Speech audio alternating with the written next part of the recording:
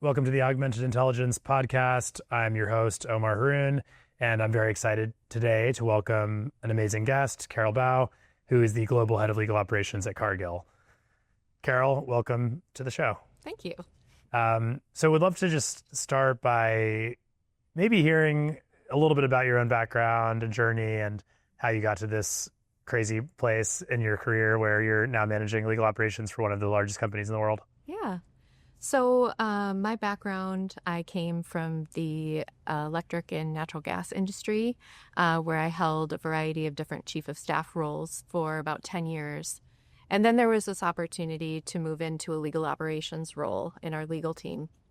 And by that point, I had worked for a couple different executives, and I thought that this would be a really interesting change where I could broaden the scope from financial management and strategy and take on things like technology and really kind of help a small but very extensive team within our organization be really productive and really try something new myself. And what I found in the 7 years that I was in the legal operations role at my previous company was just a lot of opportunity for growth. Technology was a really fun addition to the work. And really what struck me was how quickly this industry is changing. And I'm super excited about the future of AI in the legal industry and also just other solutions and tools that are becoming so much more do-it-yourself or more accessible to legal departments that don't have very big budgets. And so I'm really excited about the future of legal operations and what role that will play in the legal industry going forward as the ushers of change and the bringers of change, and helping to do that at one of the world's largest companies is a really great opportunity. Yeah, amazing. And you talked about change, so this is kind of a meta question, but legal operations is going through its own change. Yes. Can you just maybe help me and everyone who's watching and listening understand what is that change? What's the from to with legal operations and in this kind of important moment in the market? Right. Well, I think that there is a very quickly changing marketplace, but there's also a lot of cost and financial pressure that corporations are going through, and it's becoming more sustained and it's becoming more significant. And so from a legal operations standpoint, a lot of us are working for companies that are really focused on headcount. And so when it's our job to really look at strategically how the work is getting done, we know that our in-house legal department is the most cost-effective way to get the work done. And we're seeing those headcounts shrink. We're also seeing our alternative, which is outside counsel. Maybe not forever, just the alternative, but ALSPs or outside counsel is our kind of alternative. And those are continuing to increase year over year at rates that are extremely high. And so from a legal operations role of being the financial managers, it puts a lot of pressure on us to be creative and to find solutions for our team.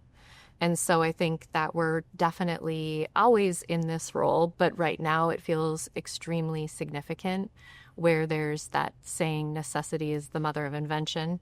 And right now we have a really cool opportunity, I think, in legal operations to not only show the financial picture that we're trying to deal with, but then also hopefully bring really good and actual solutions to this problem.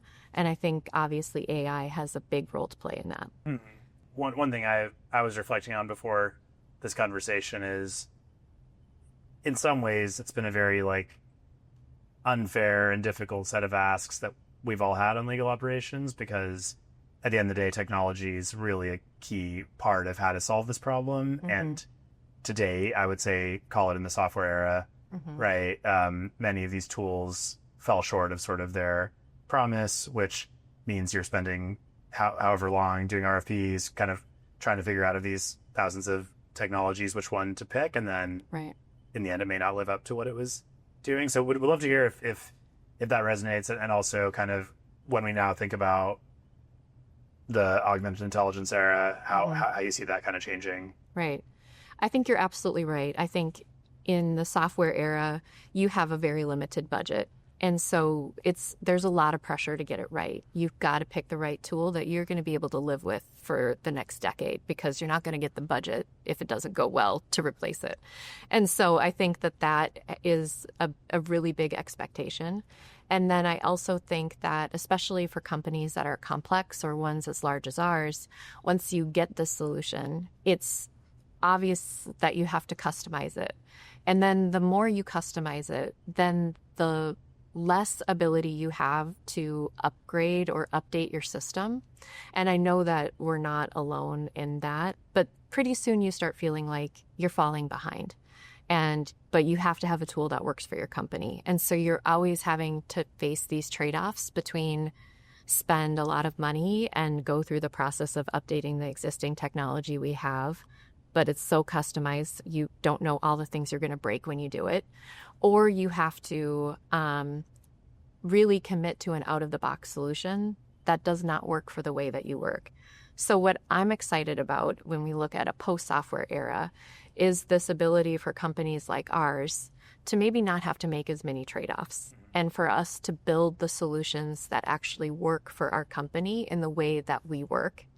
And also, I think marrying that with some of like the Microsoft power tools that are out there, and really kind of customizing our solutions in a way that we can modify and adjust as we grow and change without the big dollar ticket to make these fundamental changes to our technology. Mm-hmm. So I see a much more dynamic technology stack without having to go to your IT department for the money.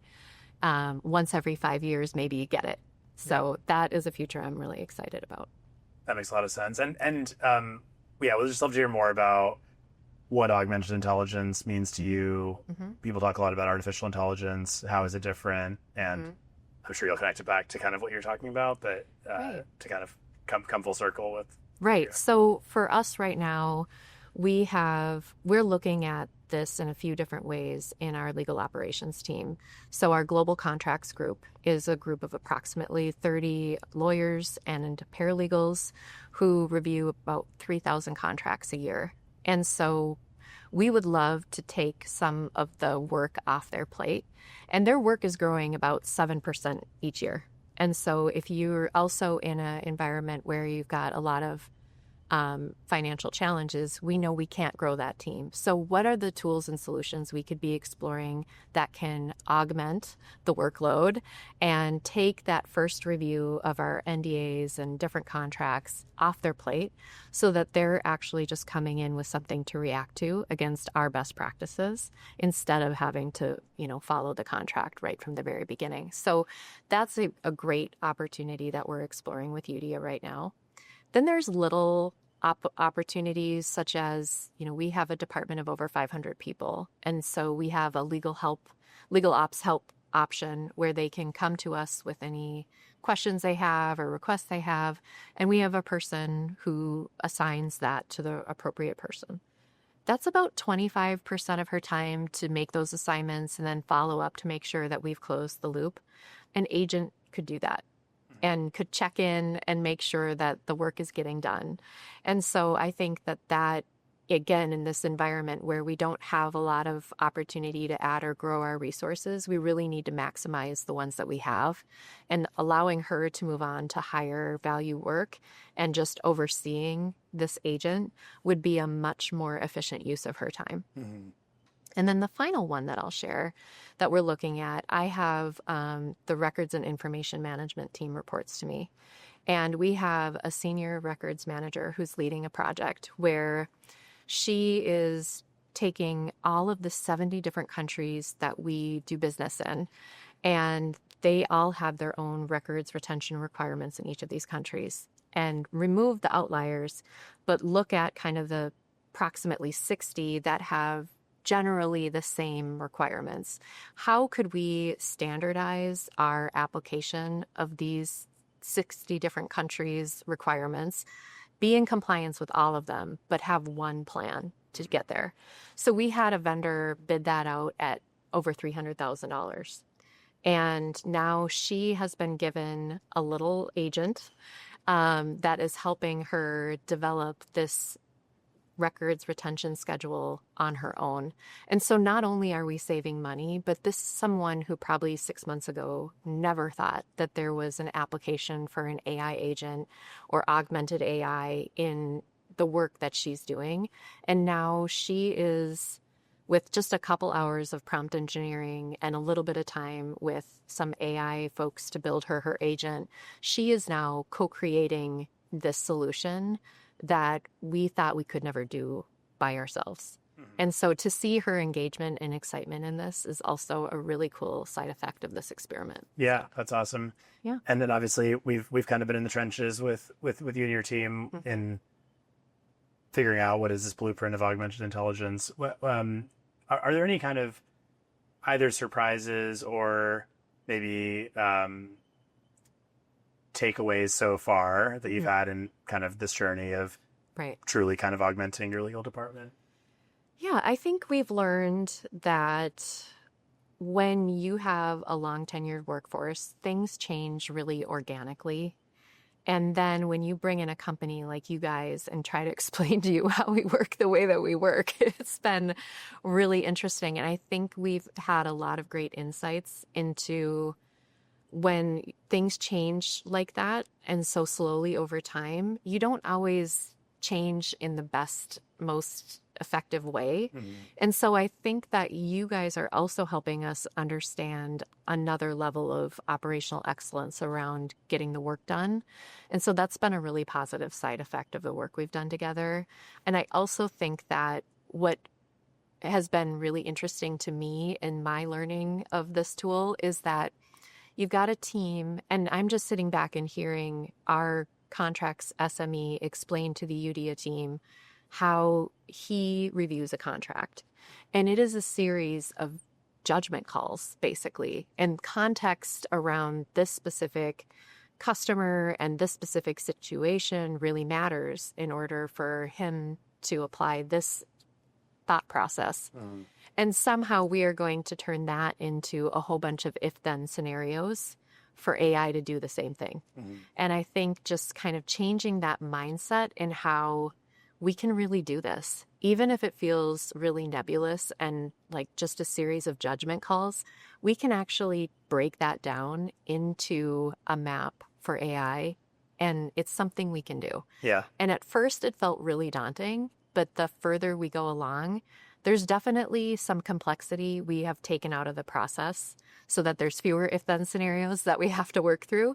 But I think that really spending the time with your team and the co-creation that we've been doing has shown me that like this is really going to be possible, and I'm excited to see it. Yeah, I love it. And I even love kind of when you're talking earlier how one great thing about just working with you and seeing how your mind works around breaking down on more of a system-wide basis. Right. How do you kind of think about the tasks involved and the time involved? Because what we're seeing on our side with the technology is AI can automate some tasks entirely, automate other tasks partially, and some tasks it can't automate at all. Right. So kind of having that mental model of how is the time being spent that's actually automatable with an agent versus the parts that aren't.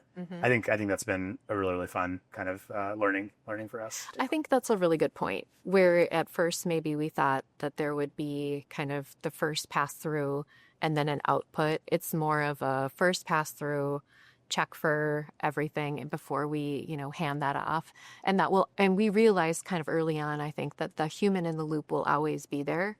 It will be, whether is that a Eudia person, is that a Cargill person, and we've kind of shifted that a few times. But I think that you're right. That's a really big takeaway too, is it's not going to be automated completely. There's always going to be that attorney who looks at it, or senior paralegals who looking at it before it goes to the client, before it goes to the counterparty. Exactly. Yeah. And I almost think human in the loop is one of those terms that everyone knows and uses, but we are actually kind of defining through actually kind of diving into the pool and not just dipping our toes in, but like truly kind of trying this out in a more real way. What that human in the loop is actually doing is like a really interesting question that I don't think many people have fully wrapped their head around, right? Right. The other thing that we're doing now in the next couple of weeks is we're also getting our hands on the playbook.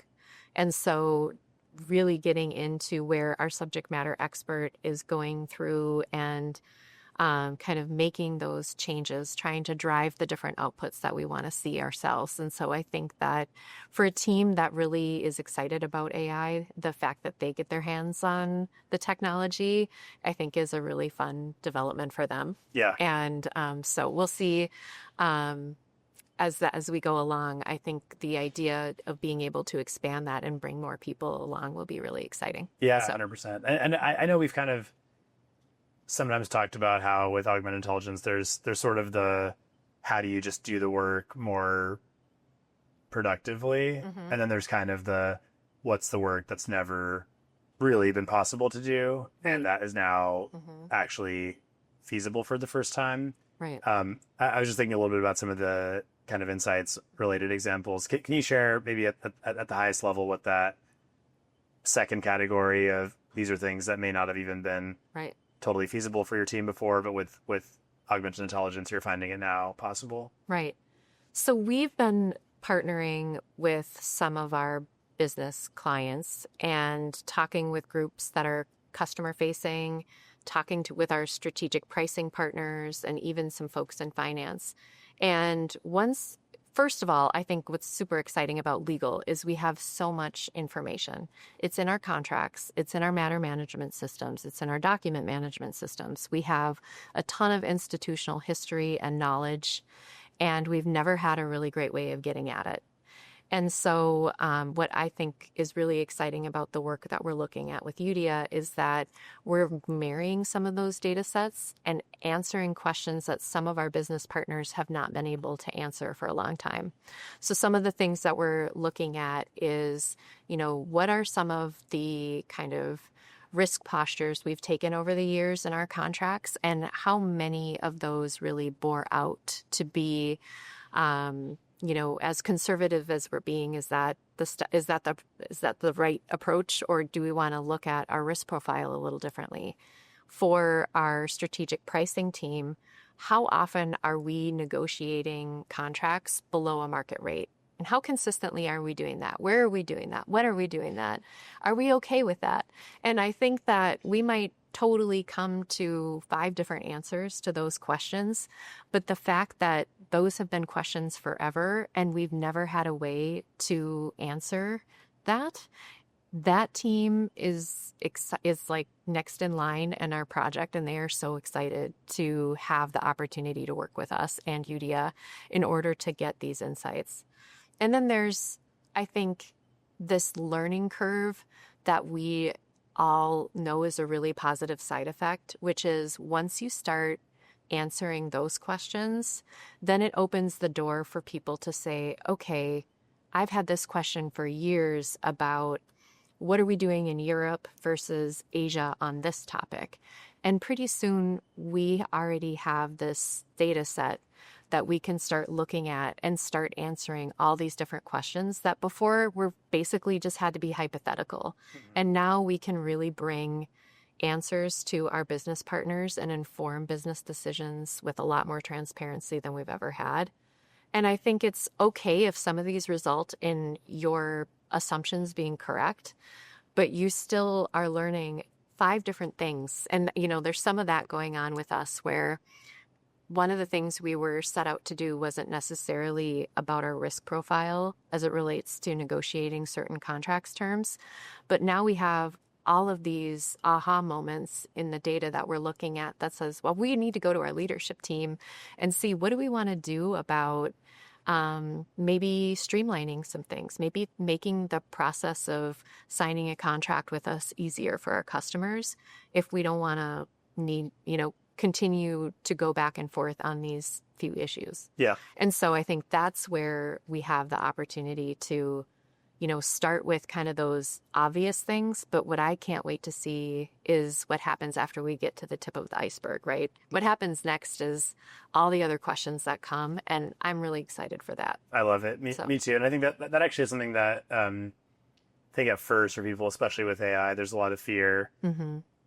What's been really interesting kind of across the board is every time we automate something, and time is freed up, I actually think the kind of reflection that you were just describing starts to happen because you actually have time and space to start asking these questions of why are we doing this in the first place? Is this even the right thing to be doing? Exactly. But when most companies and historically most tools weren't even working, so all your time is spent actually just trying to kind of fight fires, and one of the fires turns out to be the technology that you brought in, unfortunately. Exactly. There's a lot of room for that kind of, frankly, more human element of the experience of let's actually ask ourselves these kinds of questions and then push each other to kind of answer them in a way. Yeah. I think that is going to be a lot of fun to be a part of that. And I think you're right. Once we free up people's time over here with, the contract reviews, with other kind of routine tasks, I know our sustainability team probably can't wait to get their hands on some of the other solutions that you've built for other companies. And so I think once people see that it's not going to take away their job, it's going to make their jobs a lot easier. And it's going to do the, first review, which, gives them the chance to just kind of come in and have something to react to. I think that will calm and demystify and make it a lot easier for people to get creative and think about all of the things that they wish the technology that they were using today actually did for them, that AI, and especially with the machine learning behind it, might actually be able to do for them. So a lot's changing in the world. You're at the forefront of some of these successful implementations, which for the first time, are actually happening with augmented intelligence, partly because I think we're both acknowledging we have to work together. The only way for this to work is for us as the tech provider to actually augment the humans. The humans need to share a little bit about what they're doing. We need to pay attention to that, incorporate it.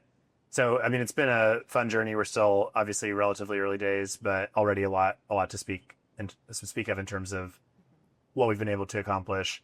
However, we are kind of in our own bubble to some extent. Most companies out there have still not really had any success with AI, had barely started their journey. What advice do you have to other either legal operations professionals or folks who are in legal departments who are at the beginning of their journey and would like to achieve some of the results that you've been able to drive? Sure. So I think a big part of it is personally learning. And so one of the things that really sparked my interest in AI is just a curiosity and just hearing a lot about it and just feeling like there's a there that I'm not really getting. And so I took a Coursera course on prompt engineering, and I think it's free. If you want a certificate, you can pay for it. And then it was from there, just I was able to use that in my personal life and plan an anniversary for my parents and plan a vacation and come up with a weekly plan. And then pretty soon you start shifting into your work life and you start looking at where there's opportunity there. So I think the personal understanding of how to prompt and how AI works is really kind of foundational. And then it's kind of looking for use cases, and also once you find them, sharing them. And one of the most powerful things that I think we're doing at Cargill right now is we're creating learning forums where people who are actively using AI, and we had pilots, and at the end of the pilots, they presented what they learned. And so I think what was really critical about that is, number one, people heard from their peers. They didn't hear from legal operations. They heard from their peers. And then the peers were asked to talk about their learning journey, because there is a period of time where you are learning how to use these tools for the first time or to co-create, and thinking about, is your process and the way you've done it without this tool still the right way to do it? And so having them come and share some of their mini failures and how they've adjusted their approach and moved forward was a really important part of how I think the teams shared their outcomes.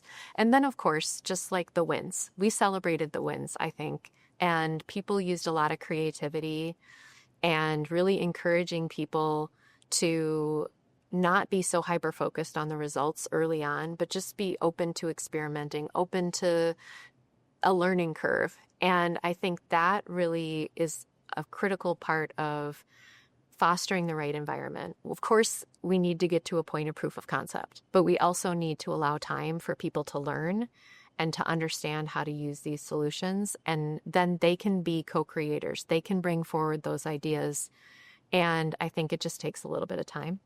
I think for legal operations in particular, the role we can play in this is the role that we've always played, which is people, process, and technology have to be together.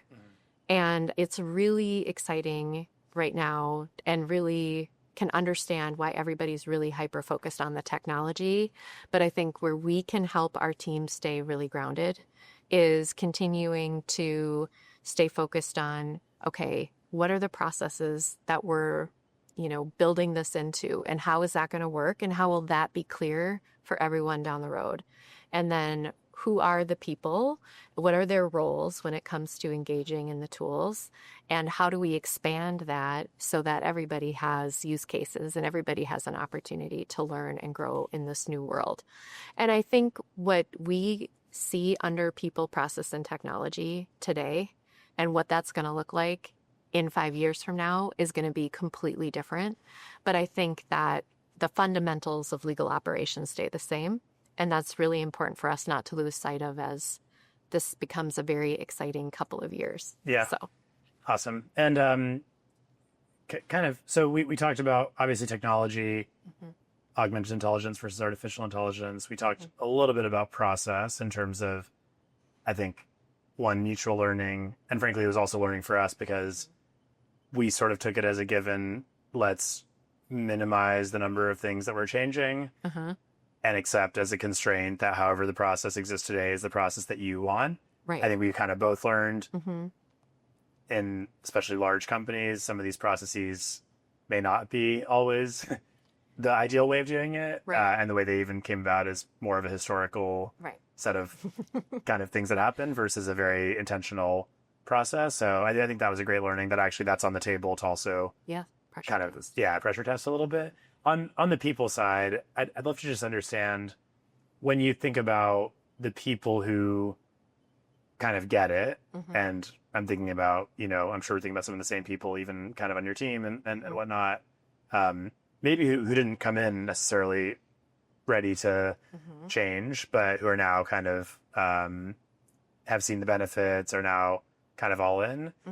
What is it about those people versus the ones who take a lot longer to get there? Have you noticed anything that's kind of even kind of thinking out loud about what are some of the patterns of, is it the person themselves? Is it something that person needs to experience? Like what is it in your maybe just armchair philosophy here, thinking out loud of what that could be? Well, I think it's a really good question. And I think a lot of it has to do with what I've seen of some of our team members in their evolution is, I think once they understood that they had a role in co-creation and that they were going to be able to really be part of affecting the outcome and really I think there was a lot of curiosity and a lot of hunger to understand how this all works, And so I think that the more they learned and the more exposed they had to how you're building the brain and how their input plays into the changes that you're making, I think they continued to engage further in the process. And so I think that level of curiosity and openness to trying something new and different is a really important part of the change adoption, is really encouraging people to take some chances and spend a little time on something where you're not sure how it's going to work out. Because I think the more we stuck with it, the more we started to learn together that, we got to shift this. This is maybe not the way to do it. And having them feel like they're part of that decision-making process and feel more confident speaking up and saying, we don't have to keep doing it this way. If we shift it this way, then I think you guys will get what you need a little bit easier. And so once that confidence grew, I think it was really positive. But I think at the underlying foundation of it is curiosity and just kind of an openness to learn and sticking with something. Yeah, I completely agree. Which is funny that it's not even being technical, anything like that. It's all just the mindset needs to be there, and then I can see what you're saying, where once they see that their own input is actually impacting the output, it becomes kind of like almost like a kid with some Play-Doh for the first time, where you're kind of like, oh, wait, I can actually, I'm a part of this. So it's not just this kind of thing that's happening to me. All right, last question. We just came from, a couple of days at this Lighthouse Customer Summit, where you got to meet some of your peers, several other companies that are also on this journey. Any either takeaways? Maybe it's what's one thing that jumped out at you that coming into that you didn't necessarily appreciate as much, or you weren't as aware of, and then coming out of it, you're now maybe more mindful of it or excited about it? Well, I think probably it was a very simple thing that you said yesterday, but it really resonated with a lot of people in the context of the conversation where you were like thinking it's time for us to all think bigger. And I think it's so right. And even for us that have been on this project with you guys for 6 months, we've been hyper focused and in the weeds on this one kind of set of objectives. But when we listen to the other use cases and how other people are engaging you to solve their problems, I think that we do need to think bigger. And we do need to think about the solutions we could be working on with you, and the solutions that AI could help us with are just so much more than what we've even started on. And so that really, I think, is an important thing for us to go back and brainstorm on and spend a lot of time thinking about. And then I just think the creativity of your team and the solutions that you guys are bringing forward and the potential growth opportunities for us, and really it's all going to be part of the same brain. And so these are not going to be new technologies. These are not going to be new, huge investments of time. It will be just adding to an already awesome set of tools. And to think about what the future holds, I think is really exciting. I love it. Yeah, I think the only limits are basically our imagination on some level. So that's great. Well, thank you so much, Carol, for joining me today. For those of you who enjoyed this, please subscribe and look forward to the next one.